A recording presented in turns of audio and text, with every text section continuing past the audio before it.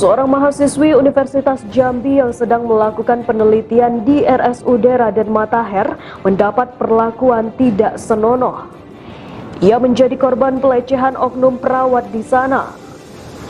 Pihak RSUD Raden Matahir menyampaikan perawat tersebut sudah diberhentikan sementara berdasarkan surat Komite Etik Persatuan Perawat Nasional Indonesia dan Komkordik RSUD Raden Matahir Jambi.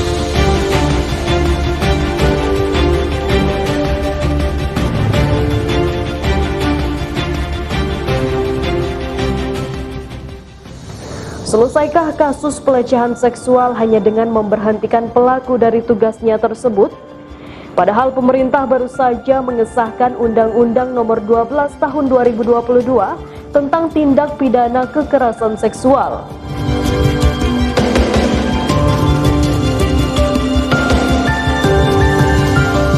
Simak wawancaranya dengan Tribun Jambi. Tribuner, bersama saya Muhammad Yon Rinaldi. Seperti yang kita ketahui, akhir-akhir ini marak sekali pemberitaan tentang pelecehan seksual yang dilakukan di salah satu rumah sakit yang ada di kota Jambi. Nah, kali ini saya menghadirkan Pak Ridwan, psikolog dari Universitas UIN Jambi. Selamat siang, Pak. Siang, apa kabar? Alhamdulillah. Assalamualaikum warahmatullahi wabarakatuh. Waalaikumsalam warahmatullahi wabarakatuh. Pak, menurut Bapak sebagai seorang psikolog, bagaimana kasus pelecehan seksual yang terjadi di salah satu rumah sakit di kota Jambi ini? Ya, baik. Kita coba untuk mengomentari terlebih dahulu ya, bagaimana kasus itu bisa terjadi. Pertama, kalau kita bicara pelecehan seksual, itu bisa dilakukan oleh siapapun dan bisa dilakukan dimanapun. Baik itu tempat terbuka, bahkan juga tempat-tempat yang tertutup, yang itu sudah dikuasai, sudah diketahui dan menjadi bagian untuk bisa dilakukannya pelecehan seksual ya. Nah, terlepas bahwa ada sesuatu tempat yang khususnya sekarang lagi viral ya. Nah, jadi salah satu yang membuat orang bisa melakukan itu ya, pertama ya karena memang pihak yang akan dilakukan pelecehan seksual itu adalah pihak yang lemah. Biasanya yang sering terjadi laki-laki dia akan melakukan pelecehan seksual kepada perempuan. Meskipun sebenarnya perempuan pun juga bisa melakukan hal yang sama. Yang kemudian bisa jadi adanya hasrat-hasrat yang tidak terbendung, sehingga akhirnya dia ingin menyalurkan hasrat-hasrat tersebut dan dia tidak berpikir positif lagi, ya, tidak lagi melihat situasi, maka dia bisa melakukan di satu tempat, bahkan di keramaian. Nah, kita lihat ya beberapa kasus juga ada yang terjadi di bus, ada yang di kereta api, ya pokoknya tempat keramaian-keramaian. Nah, ada juga yang mereka memang menyiapkan suatu tempat ya yang mereka anggap itu adalah situasi yang menurut mereka paling aman. Nah, suatu tempat-tempat yang tidak banyak orang, suatu tempat yang tidak mudah terdeteksi. Nah, ini adalah bagian-bagian untuk penyaluran hasrat. Nah, kalau kita lihat juga beberapa kasus juga yang dilakukan itu bisa terjadi kalau seandainya mereka sudah berkeluarga, biasanya ada hubungan yang tidak harmonis di antara sepasang suami istri, sehingga akhirnya ada sisi suami untuk melampiaskan kepada orang-orang tertentu. Kemudian ada ketertarikan, ada fantasi secara seksual, karena dia bisa saja pelaku sudah mengenal calon korbannya, sehingga akhirnya itu menjadi teringat, terbayang, sehingga kalau seandainya misalnya dia berpikir ya, kalau seandainya saya bisa melakukan sesuatu something ya terhadap yang calon korbannya, mungkin dia akan merasakan kebahagiaan, kenikmatan tersendiri gitu. Nah, ini bagian-bagian yang mungkin salah satu penyebab, terlepas dimanapun itu terjadi ya. Nah, kita coba menganalisis itu dari tipikal pelaku. Bisa juga pelaku-pelaku ini adalah orang-orang yang katakanlah mungkin memiliki tipikal kepribadian narsistik, yang ingin menguasai orang lain, ingin dianggap hebat dan segala macam. Jadi banyak kemungkinan kenapa kemudian orang bisa melakukan hal demikian. Pemilihan tempat, nah itu tergantung yang dianggap oleh pelaku adalah tempat-tempat yang menurut dia aman untuk dia lakukan gitu. Oke. Nah, kalau kita melihat kasus yang terjadi di Rumah Sakit Umum Kota Jambi ini, Pak, ini kan pelaku melakukan percobaan pemerkosaan atau melakukan pelecehan seksual itu kan di kamar operasi, ya, Pak ya. Artinya kan ini adalah tempat umum yang siapa saja bisa lewat situ. Karena kalau melihat cerita yang berada di media massa ini kan korban itu bisa lepas karena ada seseorang yang lewat situ, maka pelaku melepaskan cengkramannya sehingga korban bisa melarikan diri. Nah, kalau dari kondisi itu sendiri, artinya kan bukan tempat yang privat tertutup, artinya yang benar-benar aman gitu ya Pak ya. Adakah kemungkinan ini bukan tindakan pertama dia atau perbuatan pertama dia untuk melakukan tindakan asusila ini? Oke.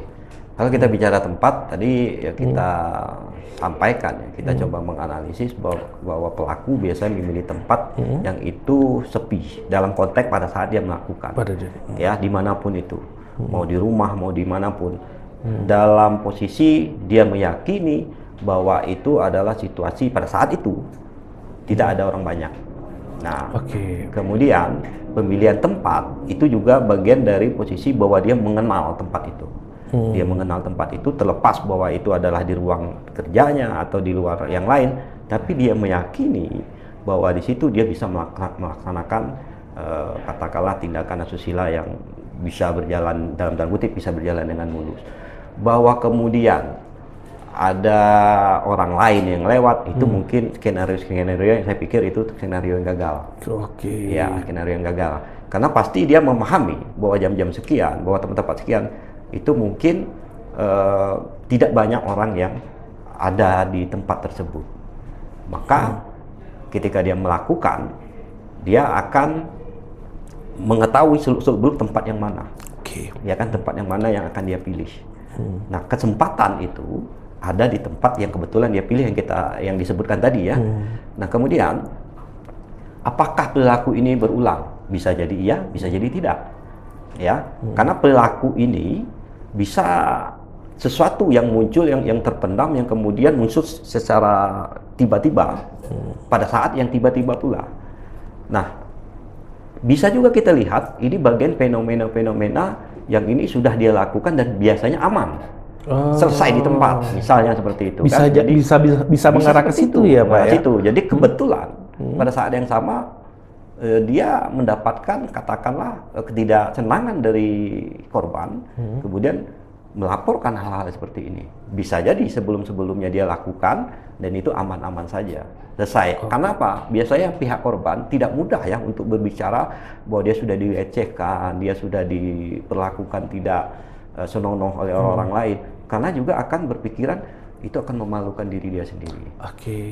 Memalukan keluarga, memalukan institusi di mana dia sekolah, memalukan institusi misalnya di mana dia bekerja, dan efek domino ini yang kadang-kadang harus dia pikirkan. Sehingga kalau kita anggap bahwa pelaku ini sering melakukan itu, berarti dia memanfaatkan situasi yang selama ini mungkin aman buat dia, atau selesai di tempat aman begitu saja.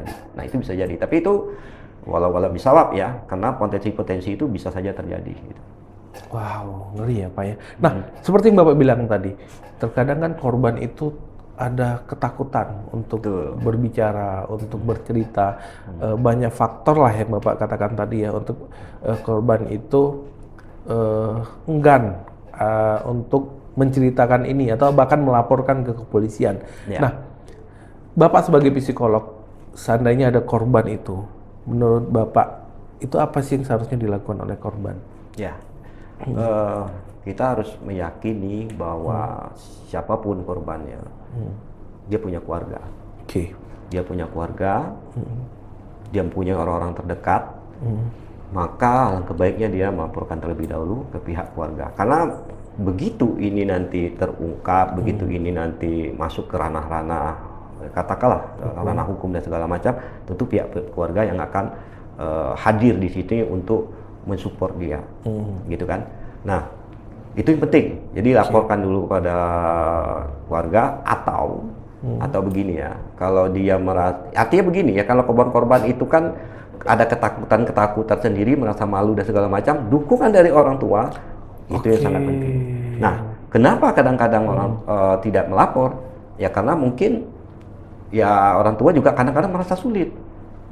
Ya, mungkin komunikasi yang tidak baik dengan anak sehingga anak juga malu untuk menceritakan, nanti juga akhirnya bukannya mendapat support, nanti kamu mengada-ngada misal seperti itu kan.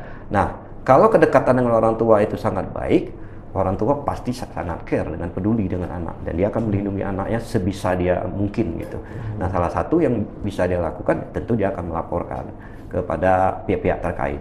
Belum lagi kita juga punya yang namanya perlindungan perempuan dan anak. Nah, ini juga bagian dari backup yang sangat luar biasa. Biasanya kalau ada kejadian-kejadian seperti ini, dia akan mendorong klien dengan data-data yang ada, nanti dia bahkan mensupport klien dia ya untuk melaporkan hal seperti ini.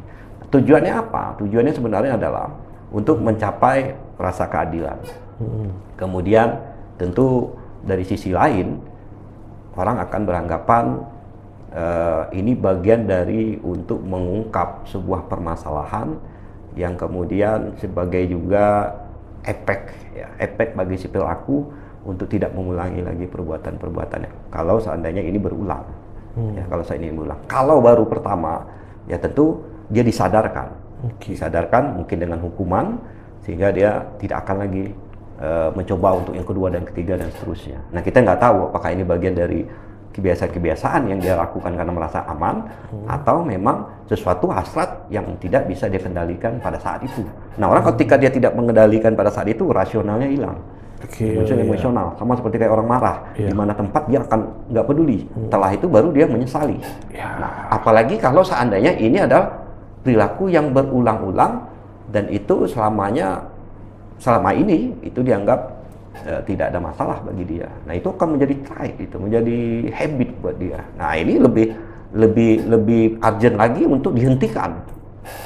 Ya kan, dihentikan sesegera mungkin. Oke. Nah, Pak, ini ada satu pertanyaan ini di pikiran saya ini. Ini kan korban dari pelaku ini adalah orang yang artinya itu bisa melawan, dalam kategori kan bisa melawan, artinya dia tidak dalam keadaan sakit. Sedangkan lokasi dia melakukan pelecehan seksual ini kan di rumah sakit.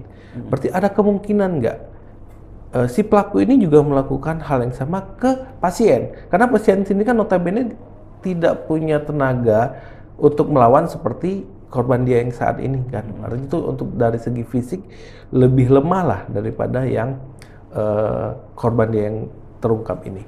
Ya, kalau kita bicara kemungkinan pelaku melakukan hal lain kepada katakanlah dalam tanda kutip wilayah kerjanya yaitu pasien, itu bisa saja terjadi.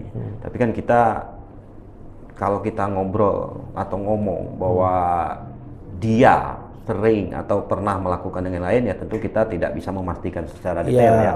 Tetapi potensi itu ada. Potensi itu ada. Artinya kita harus menganalisis benar, ini si pelaku ini ada masalah apa sebenarnya, ya potensi-potensi apakah dia memang sudah hasratnya yang begitu besar sehingga akhirnya dia melakukan pertama mungkin ke orang lain berhasil, kemudian lakukan lagi berhasil, dan artinya lingkungan apapun yang ada di sekeliling dia itu bisa dia lakukan. Nah, ini risiko bahayanya kalau seandainya memang dia potensi sering melakukan ya. Jadi kalau sudah sering, dia sudah terbiasa, artinya dia akan mengulang itu kepada siapapun. Ya kita nggak tahu, bisa jadi di luar dari ruang dia kerja, bisa di lingkungan dia kerja, bisa juga memang terfokus pada lingkungan kerja yang dianggap dia kenal dengan lingkungan itu dan ya aman selama ini. Bisa jadi kan? Ya. Wow. Nah, kalau dari sisi psikologi, orang dengan kecenderungan seperti ini itu bisa dilihat secara kasat mata nggak Pak? Atau dari gerak-geriknya gitu, dari tutur katanya? Ya, kita akan mengenal yang namanya pelecehan seksual itu bukan perilaku yang sifatnya secara fisik saja, non-verbal, itu juga bagian dari tendensi seseorang akan melakukan suatu pelecehan seksual. Ngomong merayu, ngomong apa ya, ngomong ya katakanlah kata-kata yang berbau seksual, termasuk dari gestur, bahasa tubuh, lirikan, menggoda. Nah itu juga bagian-bagian tendensi dia akan melakukan sesuatu. Tetapi apakah itu bisa dilakukan atau tidak tergantung situasi. Nah sekarang mungkin ini terjadi karena situasinya bagi ya? si pelaku mendukung gitu. Wow. Nah dari segi psikologi bisa kalau dari kesehatan kan diobatin ya, kalau di psikologi bisa diperbaiki nggak orang dengan punya hasrat yang seperti ini, Pak? Ya, kalau dalam konteks psikologi tentu kalau kita mau katakanlah memberikan treatment perubahan perilaku pada si individu terlepas dia pelaku atau korbannya. Tentu yang kita harus ketahui dulu adalah permasalahan dia, latar belakang dia. Itu akan dilakukan anamnesa yang cukup dalam. Sehingga ketika kita mengetahui faktor-faktor yang memicu sehingga terjadi perilaku ini, maka yang kita selesaikan adalah permasalahan yang dia hadapi.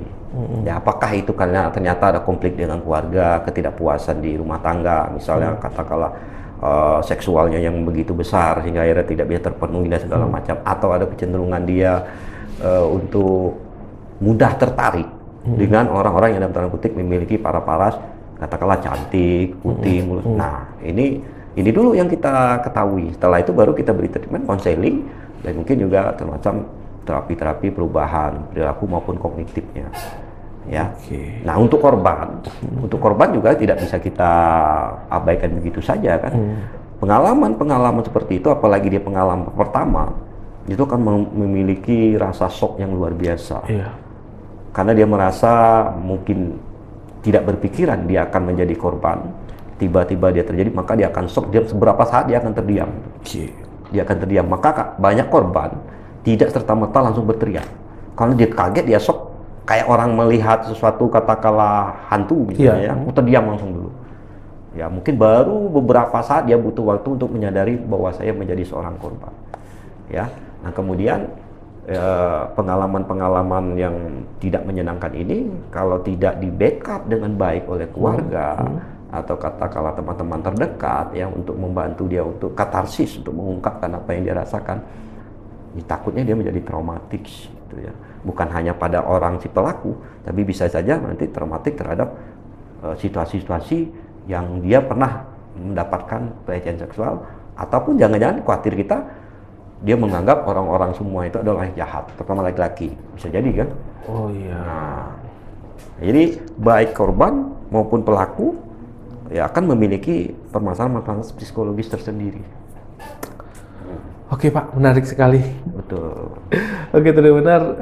Itulah bincang-bincang kita tentang fenomena yang terjadi di Provinsi Jambi belakangan ini, yaitu tentang kasus pelecehan seksual yang menimpa mahasiswi Fakultas Kedokteran di salah satu rumah sakit yang ada di Kota Jambi. Saya Muhammad Yon Rinaldi dan narasumber saya Pak Ridwan. Pamit undur dulu. Assalamualaikum warahmatullahi wabarakatuh. Waalaikumsalam warahmatullahi wabarakatuh.